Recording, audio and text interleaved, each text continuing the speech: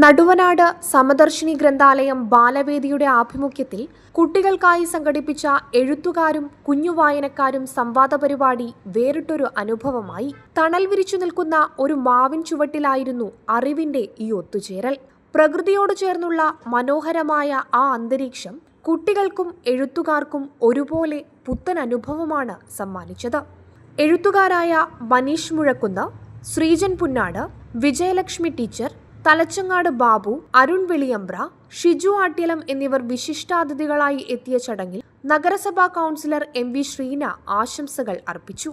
Balavedi president N Arnav, K Malavika, ഗ്രന്ഥാലയം ഭാരവാഹികളായ K Sasi, Benhur കോട്ടത്തുവളപ്പിൽ, K പ്രേമനിവാസൻ, സ്മിജേഷ് മുട്ടത്തിൽ, K ഉഷാകുമാരി എന്നിവർ പരിപാടിക്ക് നേതൃത്വം നൽകി. തങ്ങൾ വായിച്ചു തീർത്ത പുസ്തകങ്ങളെക്കുറിച്ചും അതിലെ കഥാപാത്രങ്ങളെക്കുറിച്ചും കുട്ടികൾ ആവേശത്തോടെ എഴുത്തുകാരുമായി പങ്കുവച്ചു. തങ്ങൾ എഴുത്തിന്റെ ലോകത്തേക്ക് വന്ന വഴികളെക്കുറിച്ചും പുതിയ കാലഘട്ടത്തിൽ വായനയിലും എഴുത്തിലും വന്ന മാറ്റങ്ങളെക്കുറിച്ചും എഴുത്തുകാർ കുട്ടികളോട് സംസാരിച്ചു. എഴുത്തിന്റെ കാലഘട്ടത്തിൽ ഏതാണ്ട് ചരിത്ര രേഖകൾ എന്ന് പറയാൻ വേണ്ടി പറ്റുന്ന ഒരു പെൺകുട്ടിയുടെ ഡയറി കുറിപ്പുകളാണ്. അത് കൂടുതലായും പങ്കുവെക്കുന്നില്ല. പക്ഷേ ആ ഡയറി കുറിപ്പിൽ ആൻഫ്രാങ്ക് ഒരു കാര്യം പറയുന്നുണ്ട്. ആൻഫ്രാങ്ക് അതിനകത്ത് കുറിച്ച് വെക്കുന്ന ഒരു വാക്ക് എങ്ങനെയാണ്: എനിക്ക് മരണശേഷവും ജീവിക്കണം, എനിക്ക് മരണശേഷവും ജീവിക്കണം.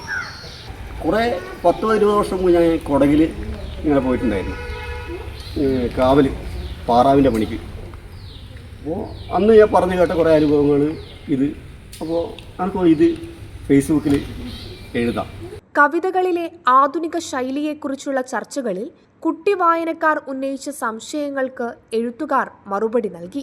കുട്ടികൾക്കും എഴുത്തുകാർക്കും പുറമെ നാട്ടുകാരും വായനാപ്രേമികളും ഈ പരിപാടിയിൽ പങ്കുചേർന്നു.